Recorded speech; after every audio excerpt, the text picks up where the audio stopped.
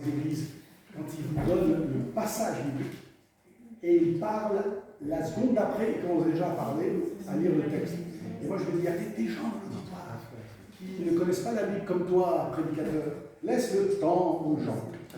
J'enseigne Gospel Talk, c'est comme ça qu'on... Et dans Gospel Talk, donc c'est en fait des cours d'homilétique. J'aime pas trop homilétique, on dirait que c'est une maladie. Moi j'ai attrapé l'homilétique, je suis en traitement pour l'homilétique. Non, l'homilétique c'est parler, c'est prêcher. Et j'aime bien dire, ne dites pas, dans la référence biblique, au début de votre message, dites pas le verset qui finit la lecture. On s'en fiche. Parce que les gens, ils retiennent. Si je vous dis Jean 2, 1, 9, on s'en fiche du 9. Ce qui compte, c'est le point de départ. Alors voilà, c'est une petite astuce. Et il y en a des milliers, comme ça, qu'on peut trouver pour mieux communiquer le plus beau des messages. D'ailleurs, pour répondre à Étienne, elle n'existe plus sur YouTube, les 23 vidéos Gospel Talk filmées à Phnom Penh il y a quelques années. Pour plusieurs raisons. L'une, c'est parce que mon français, après, ça faisait déjà 18 ans que j'étais au Cambodge, et on ne parle plus le français dans l'Indochine française. Et donc le français n'était pas du tout ce que je voulais. Donc on va en refaire d'autres avec Top Chrétien à Paris. Et ça sera une série avec des clés. Donc simplement des clés, donc je vous donne en fait un trousseau de clés à la fin pour que vous puissiez communiquer avec votre style, votre tempérament, le message de l'Évangile. Parfois je suis frustré, je me dis, on a le meilleur message du monde, mais on n'a vraiment pas la meilleure présentation du monde. C'est sûr qu'on a le meilleur message, on n'a pas mieux fait que l'Évangile. Jusqu'à maintenant, je cherche, je n'ai pas trouvé. C'est le plus beau message, c'est le plus puissant des messages, mais parfois, c'est comme si je venais et je vous offrais un cadeau. Et je viens sonner à votre porte et je dis, écoute, Jean-Marc, j'ai un cadeau, tu m'as tellement aidé avec la cruche ce matin, j'aimerais vraiment te remercier. Alors j'ai un cadeau, écoute, l'emballage, désolé, j'ai trouvé ce que j'ai trouvé dans une poubelle, c'est vrai que c'est un peu crade le papier, et puis je lui donne, et lui voit ça et il dit, ah oui, ça ne doit pas être aussi beau comme cadeau, vu l'emballage. Vu l'emballage. Il ne sait pas qu'à l'intérieur, il y a un cadeau d'une grande valeur et j'avais vraiment à cœur de lui offrir presque un sacrifice. Et je lui offre, il ne va peut-être même pas ouvrir le cadeau, qui est magnifique, à cause de l'emballage qui n'est pas magnifique. Et parfois, on offre des diamants. L'évangile est un diamant, mais l'emballage ne donne pas toujours envie aux gens de découvrir le diamant à l'intérieur. Donc, Gospel Talk, Gospel, Évangile, Talk, parler, communiquer l'Évangile, c'est des clés pour nous aider à avoir un emballage qui est quand même plus intéressant, plus agréable. Et donc on va lancer ça dans quelques temps avec Top Chrétien, des clés pour communiquer. Des fois, l'autre jour, Gad Elmaleh, qui est un comédien français, marocain français, il est venu dans notre village, l'autre jour, il y a un petit bout de temps, à Sossagne. Je me dis, Gad Elmaleh à Sossagne. Déjà la phrase elle est louche, Gad Elmaleh à Sossagne. Hein? C'est comme Macron à Wavre. Il y a des phrases qui... Gad Elmaleh est venu à Sossagne. Pas à Mulhouse, non, il n'en voulait pas de la grande ville. Il est venu à Sossagne faire un spectacle. Et pendant 1h30, on était là, Yuki et moi, dans l'auditoire avec des masques. C'était encore avec des masques. Et on était fascinés. Ce gars, pendant 1h30, même pas de PowerPoint. Le PowerPoint, c'est lui. Ça, j'enseigne aussi dans Gospel Talk. Oubliez le PowerPoint, on passe déjà des heures devant les écrans. Soyez le PowerPoint, c'est vous le PowerPoint. Parce que les gens ils regardent ça et t'es là, t'es en train de parler, mais tu peux parler autant que tu veux, ils sont déjà sur l'écran. Et des fois, ça ne marche pas toujours, c'est pas toujours la bonne slide qui apparaît et ça énerve tout le monde. Et là, on voit Gad Elmaleh, tout ce qu'il avait, c'est un micro et un verre d'eau. Et on a payé pour écouter quelqu'un qui n'avait qu'un micro et qu'un verre. Et il est très propre. D'ailleurs, tous ceux qui sont d'origine juive, dans le monde du spectacle, en général, c'est propre. Et le français, c'est en dessous de la ceinture en général. Et pendant 1h30, il nous a fait rire.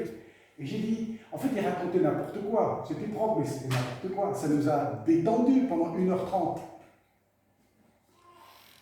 Lui, il a un emballage magnifique. Mais il n'y a pas de trésor à l'intérieur. Et nous, on a un trésor. Le voilà.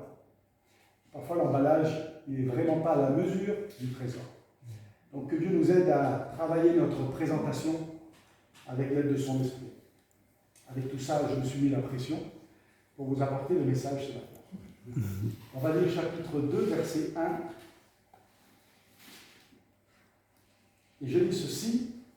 Or, le 3e jour, il y eut des noces ou un mariage à Cana. J'y pense, nos voisins à Sosaïm, là en ce moment, ils se marient. Nos voisins qui ont 2 enfants ont décidé de se marier aujourd'hui. Que Dieu les bénisse sous la pluie, paraît-il. Or, le 3e jour, il y eut des noces à Cana en Galilée. La mère de Jésus était là. On est au verset 2. Jésus fut aussi invité aux noces avec ses disciples. Heureusement qu'ils l'ont invité. Comme le vin venait à manquer, la mère de Jésus lui dit « Ils n'ont plus de vin. » Jésus lui répondit « Que me veux-tu, femme ?» Je n'ai jamais parlé comme ça à ma maman. « Que me veux-tu, femme ? Mon heure n'est pas encore venue. » Sa mère dit au serviteur « Faites tout ce qu'il vous dira. » Petite parenthèse, quand vous parlez avec des catholiques, nos frères catholiques, ils sont frères parce qu'ils appartiennent à Jésus, seulement. De leur dire, quand les serviteurs sont venus voir Marie, qui était aussi invitée aux noces de Cana, qu'est-ce que Marie a dit aux serviteurs ? Faites tout ce qu'il. Jésus, mon fils. Voilà un bon verset. Il y a très peu de passages sur Marie. Les catholiques qui ne lisent pas la Bible pensent qu'il y a des passages entiers, même peut-être un livre, l'Évangile selon Marie. Tellement ils en parlent. Et de leur dire, quand ils sont venus voir Marie, justement, Marie leur a dit, n'est pas vers moi. Faites pas ce que je dis, faites ce qu'il dit. Pointez toujours vers Jésus. Même Marie l'a fait. Sa mère dit au serviteur, faites tout ce qu'il vous dira. Or, il y avait là 6 jarres ou 6 cruches de pierre destinées aux purifications des Juifs et contenant chacune une centaine de litres. Jésus leur dit, remplissez d'eau ces jarres et les remplir jusqu'au bord. Puisez maintenant, leur dit-il, et apportez-en à l'organisateur du repas. Et ils lui en apportèrent. Et le dernier verset, le 9, l'organisateur du repas goûta l'eau changée en vin. Et je m'arrête là. D'ailleurs, les chiffres ont été inventés après la Bible, donc je m'arrête quand je veux. Verset 3, c'est bien ça. Comme le vin venait à manquer. Quand j'ai lu ça, j'ai dit, ah ça c'est pas bon pour un mariage. J'imagine qu'en Belgique, Émile et Monique sont à un mariage aujourd'hui. C'est ce que j'ai appris hier. À mon avis, que ce soit un mariage, je ne sais pas, vegan, nouvelle tendance, à mon avis, il y aura du vin. Et à mon avis, ils ne vont pas faire d'excès de vin.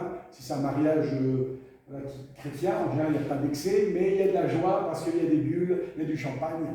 Et là, à l'époque, 2000 ans déjà, il y avait déjà des mariages étaient célébrés avec du vin. Et je me suis dit, mais qu'est-ce qui a fait qu'il n'y avait plus de vin ? Est-ce qu'ils ont trop bu, trop vite ? Peut-être des Français dans le groupe. Est-ce qu'il y avait trop de monde ? Ou est-ce peut-être qu'il y avait quelqu'un, des gens qui s'étaient invités, qui n'étaient pas invités.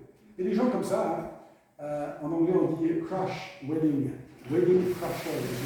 Les gens qui arrivent sont bien habillés, évidemment, qui font semblant qu'ils sont cousins de la fille qui se marie, on ne leur dit rien et ils ont un repas gratuit, un bon repas gratuit.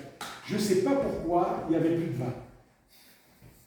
Mais ce qui compte, c'est l'image, quand je lisais ce passage, c'est l'image qui revient de ce texte.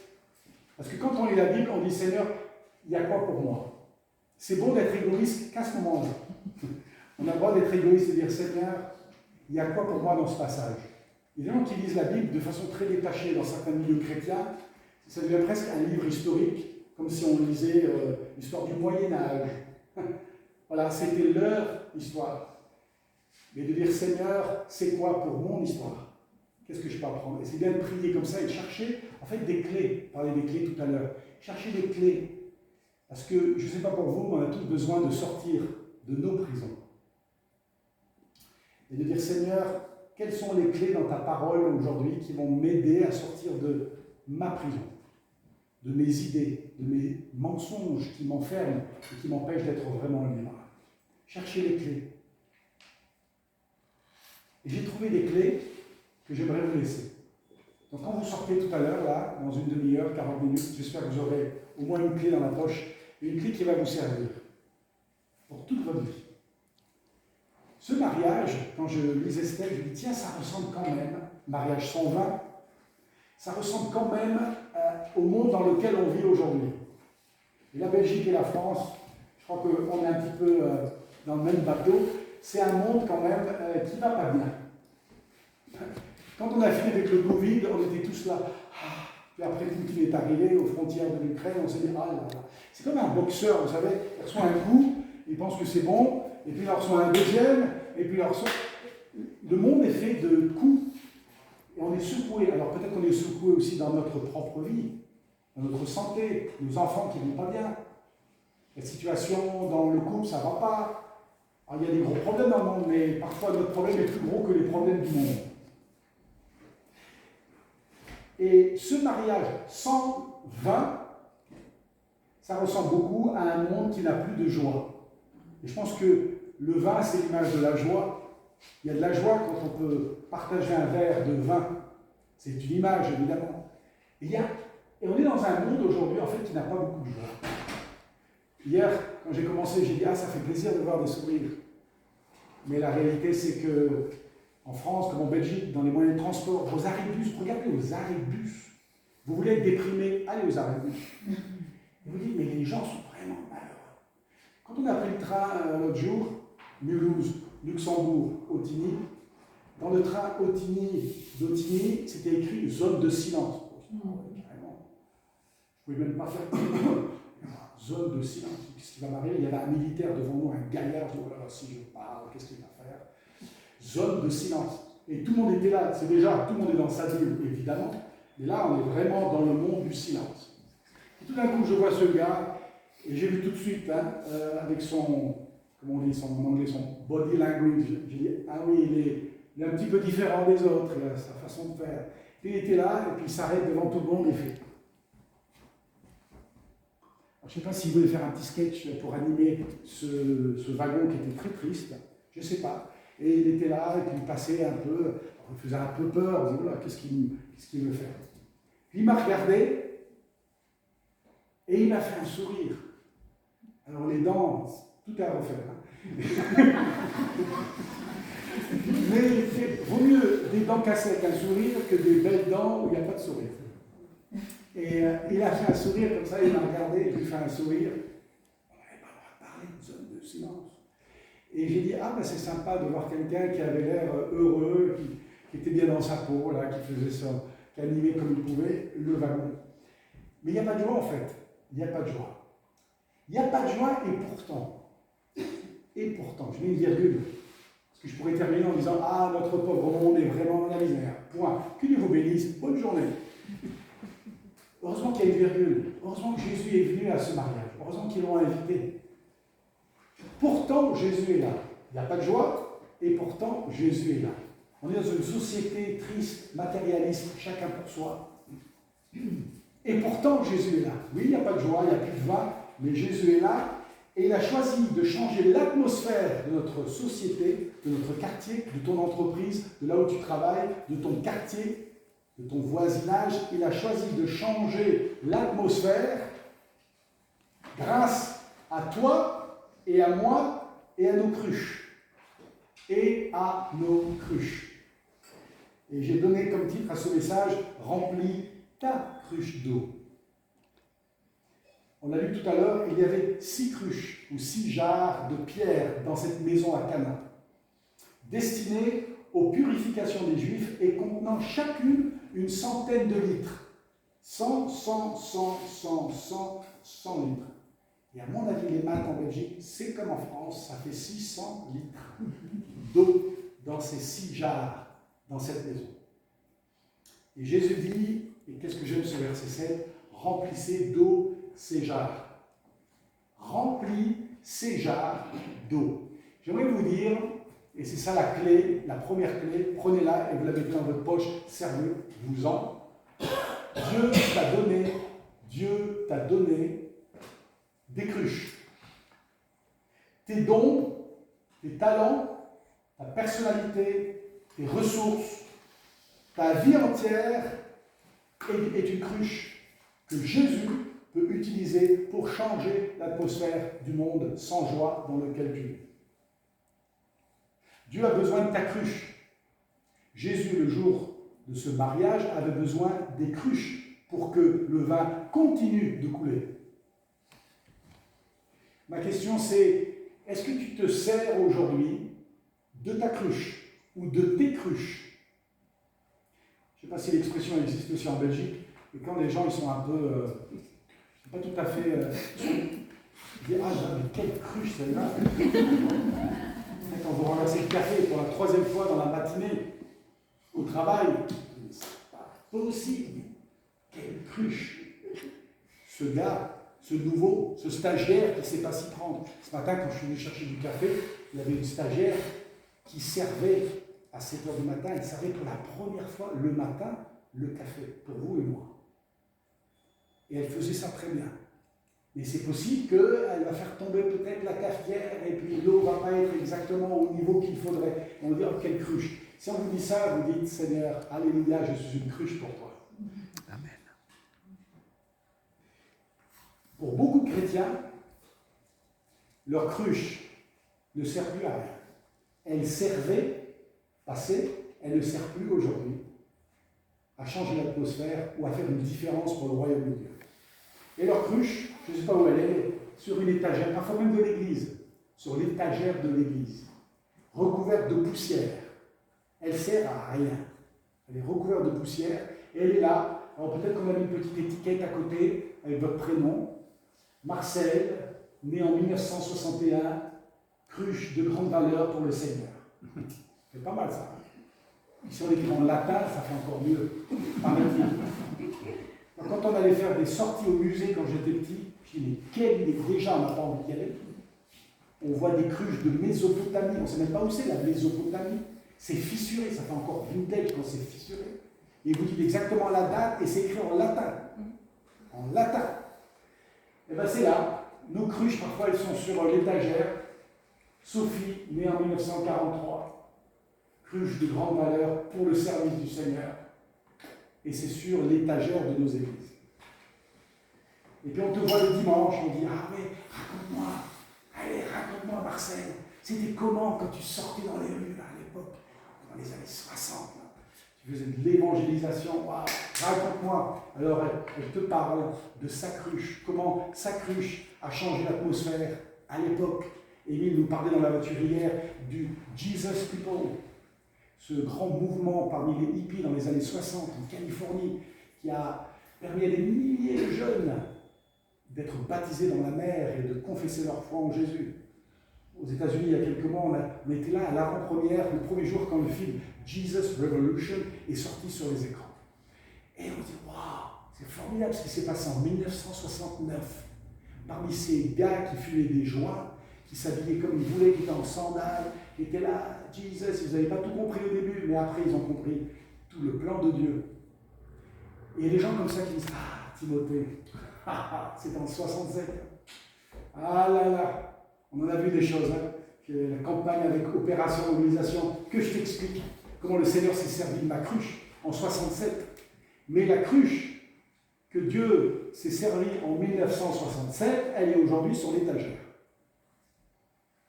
Ou les cruches, il y a des gens qui sont baignés avec plusieurs cruches. Vous les voyez jouer du piano, vous dites, waouh, quel don Dieu leur a donné. Puis vous les voyez avec les personnes âgées, comment ils s'occupent des personnes âgées dans une maison de retraite, aux petits soins, waouh. Et vous voyez que les gens ont plusieurs cruches. Vous dites, waouh. Et si on ne fait pas attention, ou parce qu'on nous a blessés, l'une des raisons pourquoi nos cruches sont parfois sur l'étagère de nos églises, c'est parce qu'on nous a fait du mal un jour. Ah ouais, c'est comme ça qu'il m'a parlé. Pasteur, eh ben voilà, eh ben je les occupe, mais c'est tout, hein. Service minimum. Il est dit que les 6 jarres ont servi à la purification des Juifs. J'ai trouvé ça, il ne faut pas lire trop vite la Bible. Il dit pas Émile là, qui lit toute la Bible en 1 an. Là, il a dit, j'ai fait ça en 365 jours plus 5 jours. Oh là là, t'as dépassé les 5 jours. On peut lire la Bible en 1 an. Faites-le, mais en même temps, prenez quelques versets. Prenez la pioche et la pelle et creusez et cherchez les pépites dans la parole de Dieu. Et quand on lit trop vite, C'est bien, il faut lire toute la Bible.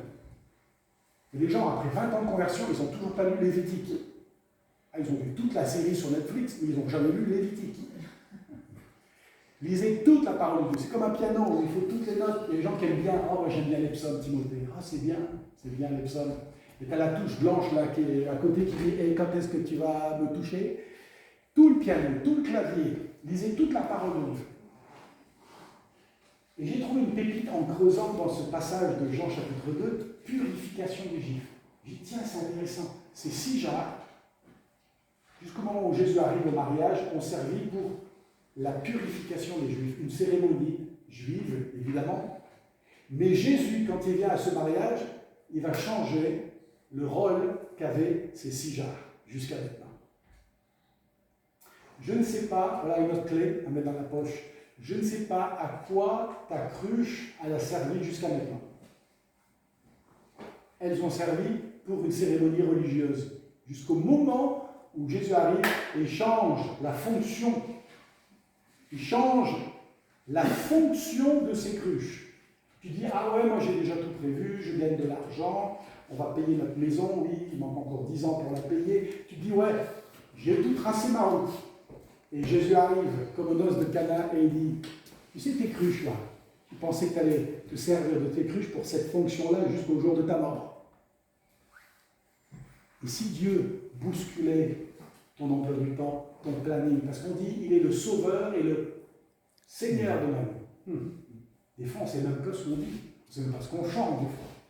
Des fois, je pense que Dieu pourrait dire, tu te souviens là, au culte, il y a 3 mois, à 10h47, troisième strophe, 2h30. Tu dis, oui Seigneur, je le chantais de tout mon cœur. Et Dieu dit, alors est-ce que je suis vraiment le Seigneur de ta vie?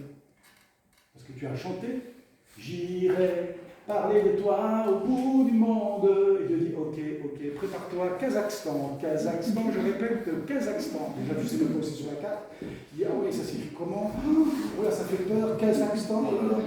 Et tu as chanté, j'irai où tu m'envoies, Seigneur. Ta mélodie, c'est tellement mieux. Puis s'il y a du monde et une ambiance, Dieu dit, hey, je suis le Seigneur ou pas. Et là, le Seigneur a changé les fonctions de ses cruches. Est-ce qu'on est prêt à dire, Seigneur, tu fais ce que tu veux et tu changes, tu fais ce que tu veux avec les cruches? J'ai demandé à Lucky si tu veux chercher mes affaires de scout. Ils sont dans ma valise. Voilà, super, merci. Pourquoi je les oublie? J'ai ramené ça dans le train, alors il va falloir que je vous le montre. On va faire une petite pause, et on va fermer les yeux. Enfin, il faut digérer, il faut laisser le Saint-Esprit nous parler, ça n'a rien de foncer, et de dire, Seigneur, quelles sont mes cruches?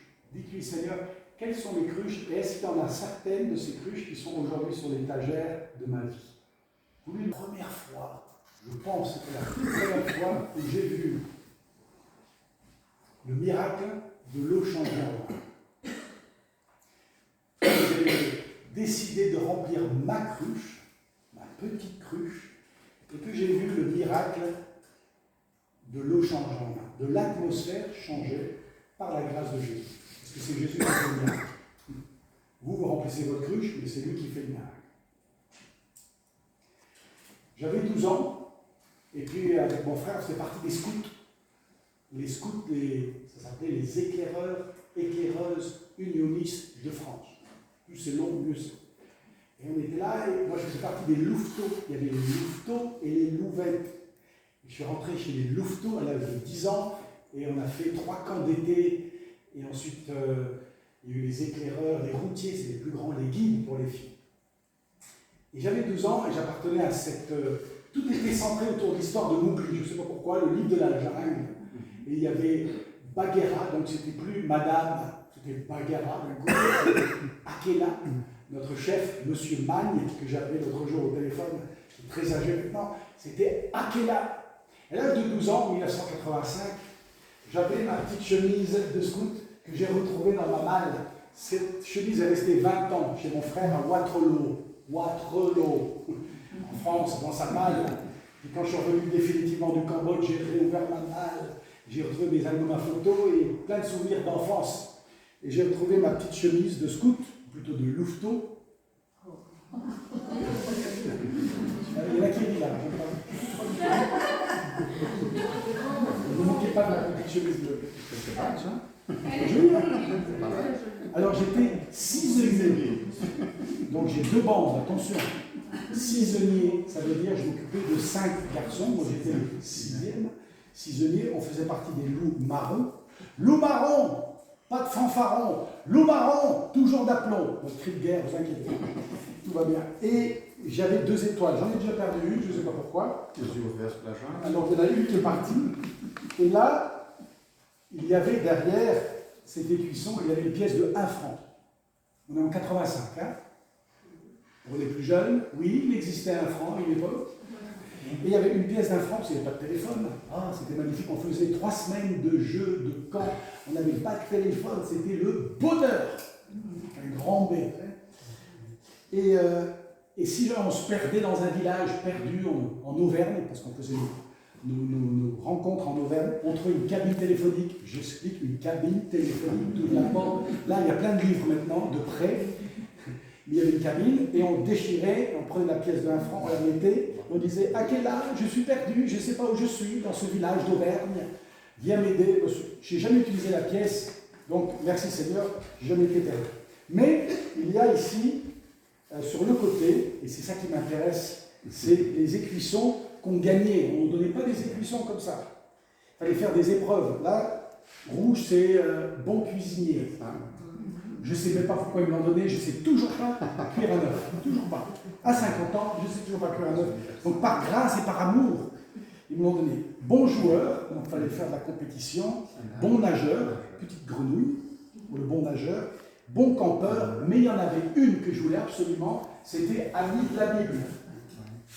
Et on a aussi une pelisse. C'est pas un foulard, attention, il y a des mots en pour tout. Et la pelisse.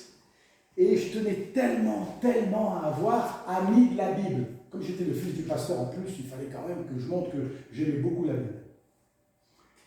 Et pour être ami de la Bible, il y avait un livre, il fallait suivre des épreuves, il fallait lire plusieurs passages de l'Ancien Testament, du Nouveau Testament, il fallait préparer une petite scénette ou un sketch sur une histoire de la Bible avec les autres louveteaux et la présenter à toute la meute.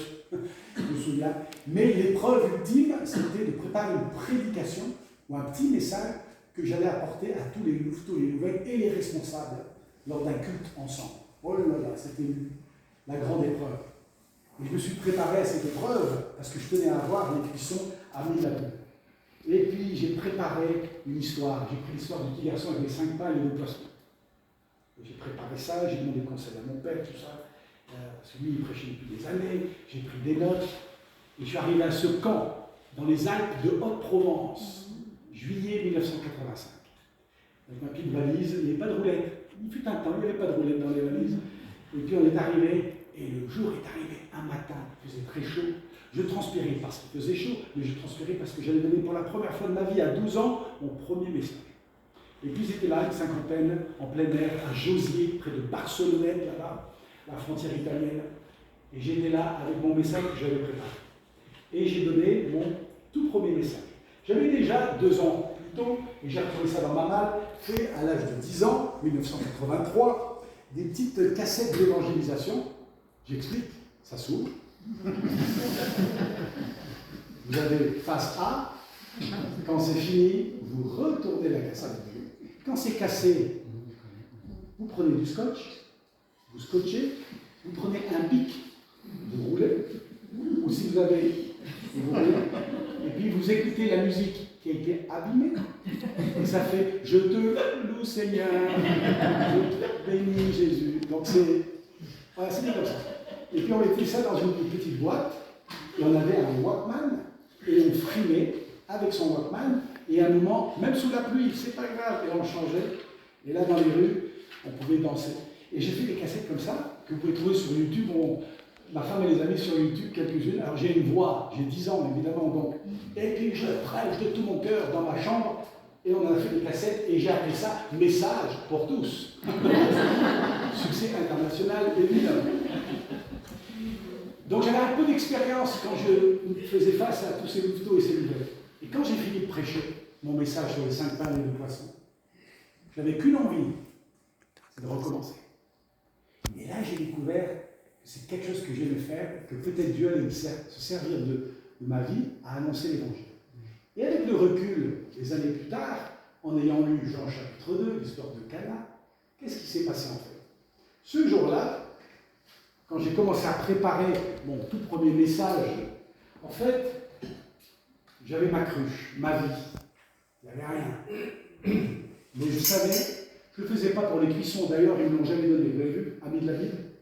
Là, en ce moment, ils sont en train de chercher dans une petite boîte,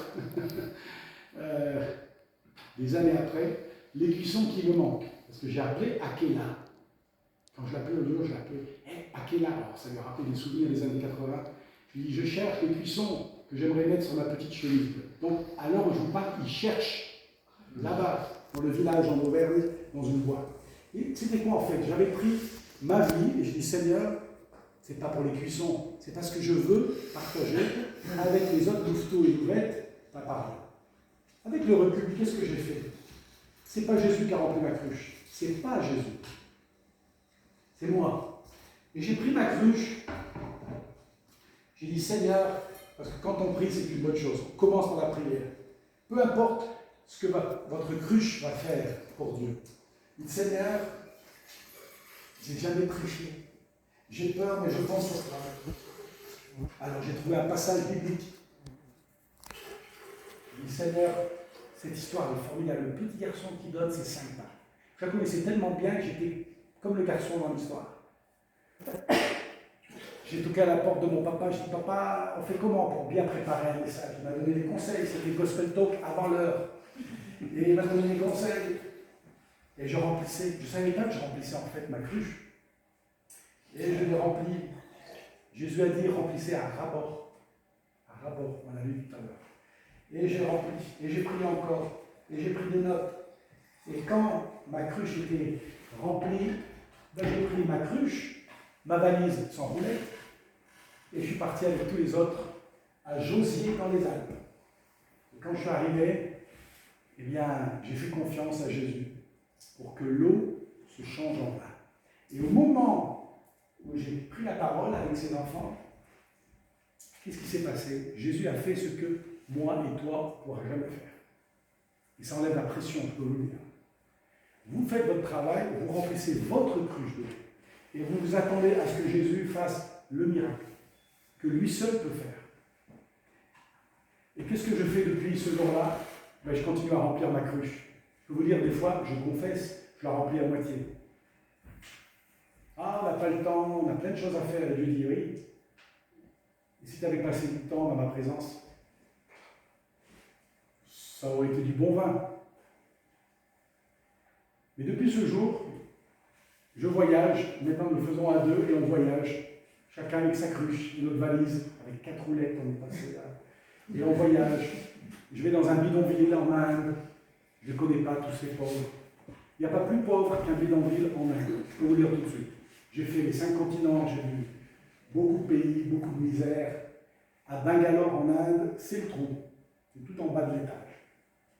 Je suis là avec ses enfants, ses mères qui vivent sous des tôles. Il fait 52 degrés sous la tôle.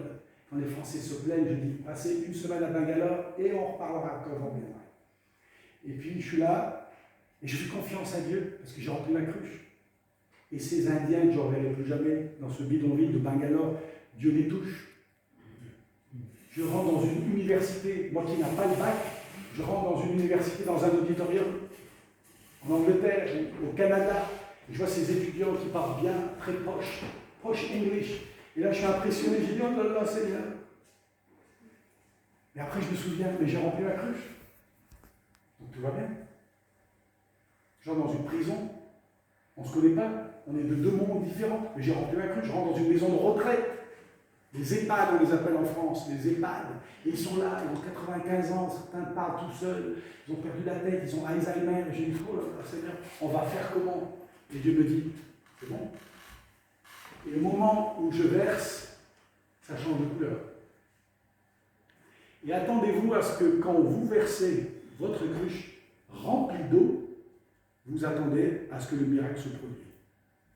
Et si Dieu t'a appelé à prêcher sa parole, parce qu'il y a une carence de prédicateurs en Belgique et en France, une grande carence.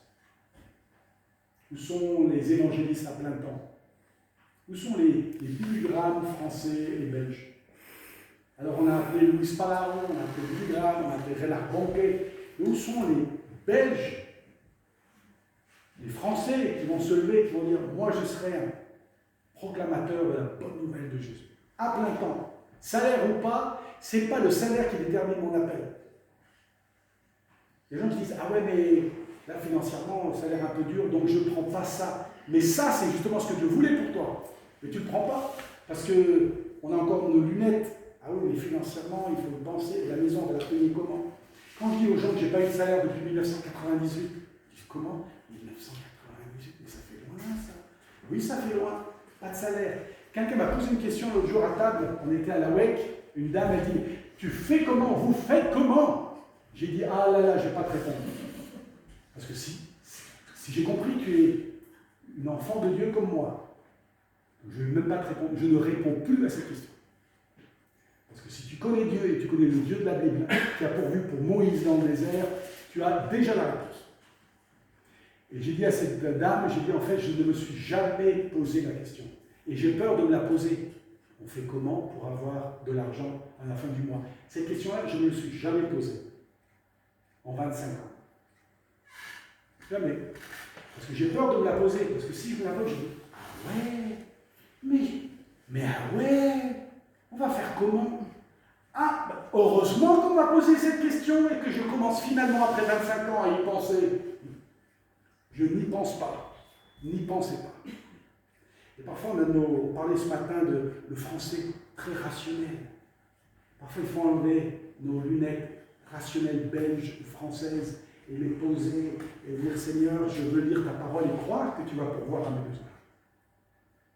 Si Dieu t'a appelé à prêcher la parole de Dieu, même à plein temps, fais-le. Les gens qui disent ouais, il faut qu'on ait un travail au cas où, c'est écrit où ça? Au cas où. Il n'y a pas de au cas où, c'est Seigneur, je remplis ma cruche et je te fais confiance. Et n'essayez pas de transformer l'eau en vin, ça ne marche pas. Personne n'y est arrivé. Et dites pas Seigneur, remplis ma cruche, ça non plus ça marche. Ça fait très beau, hein? Seigneur, on pourrait même faire un chant qui n'est pas doctrinal. Il y a beaucoup de ce qu'on chante, ce n'est pas dans la Bible, hein? Mais comme il y a une belle mélodie, on le chante quand même.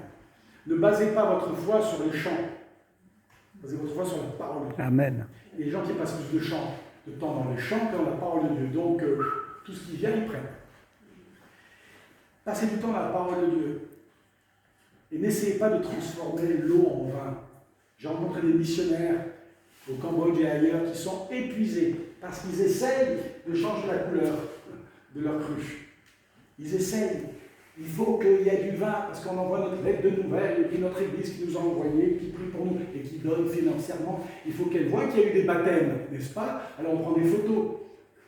J'ai connu un jeune au Cambodge, il a été baptisé 7 fois. 7 fois. Je dis, mais c'est bon, une fois c'est bon, une fois c'est bon. Alors on veut des photos pour les lettres de nouvelles. Alors il y a eu 7 missionnaires qui ont pris la même photo en fait, enfin, plus ou moins, à différentes périodes. Et je dis, non, n'essayez pas de faire du chiffre. Remplissez seulement votre cruche et laissez Jésus changer l'eau en vin. Il nous reste combien de temps? 5 minutes? Ouais, 10 minutes même. Eh bien, je vais terminer juste avec le petit résumé. Le miracle de l'eau changée en vin, en fait, la clé que je voudrais partager, c'est vous remplissez votre cruche et vous laissez Jésus changer votre eau en vin. Et ce principe, cette clé, pour revenir à la clé, c'est pour tous ceux qui veulent servir Dieu. Et j'imagine que chacun d'entre nous, c'est notre désir d'être efficace dans l'œuvre de Dieu. Que ce soit de prendre la parole en public et de prêcher, que ce soit d'implanter des églises en Belgique ou au Luxembourg, grande terre de mission le Luxembourg, pays riche, mais pauvre aussi quand même. Que ce soit de monter un groupe de théâtre et de présenter l'évangile dans les maisons de retraite, je ne sais pas c'est quoi votre appel, de partir au Bangladesh, au Kazakhstan, on revient au Kazakhstan pour apprendre la langue et d'aider à la traduction de la Bible là-bas. Je ne sais pas, c'est quoi votre appel? Quel que soit votre appel, le principe c'est je remplis ma cruche d'eau. Jésus ne le fera pas à ta place. Remplir sa cruche d'eau, ça veut dire passer du temps dans la présence de Dieu. C'est ça, remplir sa cruche d'eau. Remplir sa cruche d'eau, c'est se former à ce à quoi Dieu t'appelle. Vous découvrirez cet après-midi comment Yuki a changé, comment ces cruches d'eau qui servaient à l'événementiel en région parisienne, a changé. Sa cruche d'eau ne sert plus à l'événementiel des grands repas gastronomiques à Paris. C'est fini ça. Elle est allée se former pour que sa cruche continue de se remplir. Et puis, remplir sa cruche d'eau, c'est aller voir des gens qui ont de l'expérience pour écouter leurs conseils. Des gens qui sont passés là où vous aimeriez passer. De temps en temps, on va voir une dame qui s'appelle Odette Calcani. Ça vous dit rien, c'est une petite dame très discrète qui ne veut même pas qu'on la filme pour YouTube. Mais Odette, qui est veuve maintenant, avec son mari Oscar, ils ont été missionnaires au Burkina Faso pendant des années. Et cette petite dame, elle habite à Mulhouse, très âgée. Et de temps en temps, on est là, et on est comme deux élèves dans la salle de classe. Il n'y a que deux élèves et elle, la prof. Et on est là, et puis on écoute Odette nous raconter comment Dieu s'est servi d'elle et de son mari pendant des années là-bas en Afrique de l'Ouest. Puis on écoute. Et en écoutant, on remplit notre cruche. Parce qu'elle nous inspire, cette dame, à continuer à être missionnaire en France. Lisez la biographie. Il y a des livres là formidables. Prenez des biographies. Les biographies vous permettent de remplir la cruche. D'hommes, de femmes qui ont fait des choses extraordinaires pour Dieu. Moi, j'ai lu des biographies d'évangélistes. Je crois que je les ai tous lus. De Oral Roberts à Louis Palau, de Renard Bonquet à Johann Marbach, à tous ces gens qui ont marqué Archange le Gitan, qui est décédé il y a quelques années. Il y avait une grande église à Paris. Et j'ai lu toute leur biographie en papier. Personne ne me dérange quand c'est en papier. Personne ne m'appelle. Il n'y a pas de coup de fil dans les pages. Et je lis, et en lisant les biographies, je remplis ma cruche. Jésus ne lira pas la biographie à votre place. Jésus ne remplit pas la cruche à notre place. La première chose, c'est ça, et puis emmène ta cruche là où Dieu t'appelle. Il y a un endroit où Dieu voudrait que tu te serves de ta cruche. Ah ouais, mais j'ai donné. J'ai connu quelqu'un comme ça, il s'appelait Roger. Le jour où il est arrivé à la retraite, il était membre de notre église à Saint-Quentin, en Picardie, mais j'étais jeune pasteur. Il dit: ah, Timothée, place aux jeunes. Ça donne bien, hein, place aux jeunes. C'est un slogan qui n'est pas dans la Bible. Voilà. Place aux jeunes. Dites: Seigneur, sers-toi de ma cruche là où tu veux, dans un quartier difficile de Bruxelles, dans un camp de réfugiés au Soudan. Et la cruche, il ne faut pas la remplir pour la remettre sur l'étagère. Et là, ils font des formations en ligne, et ils sont gonflés à bloc, ils écoutent des orateurs, puis après ils rentrent à la maison et leur cruche pleine, alléluia, elle est pleine, et ils la mettent sur l'étagère. Et ils disent: ah, c'est pas mal, hein? Amsterdam 2023, on a entendu des gens, le fils de Louis Palau, la fille de T.L. Osborne. Attention, n'importe qui là. Hein. Là, c'est du solide, c'est du lourd. Bah oui, elle ne sert à rien, ta cruche, elle est pleine d'eau. Elle va tirer des bouches peut-être. Il viendront boire dans ta cruche, mais elle est sur l'étagère, elle ne sert à rien. Et quand tu as rempli ta cruche d'eau et que tu es allé là où Dieu te veut, puise, fais confiance à Dieu. Fais-lui confiance. Les aveugles vont voir, les boiteux vont marcher. C'est ça le miracle de l'eau changée en bois. Cette Bible, qui n'a pas été traduite, va être traduite dans la langue de ce peuple au fin fond du Ghana. Oui, elle va être traduite, parce que tu as donné des années de ta vie. Ce quartier difficile, même la police a dit: oh là là, bourgmestre, on dit ici. Même le bourgmestre, il va dire: oh là là, vous savez, Jean-Marc, vous êtes gentil, vous avez cœur en or, hein.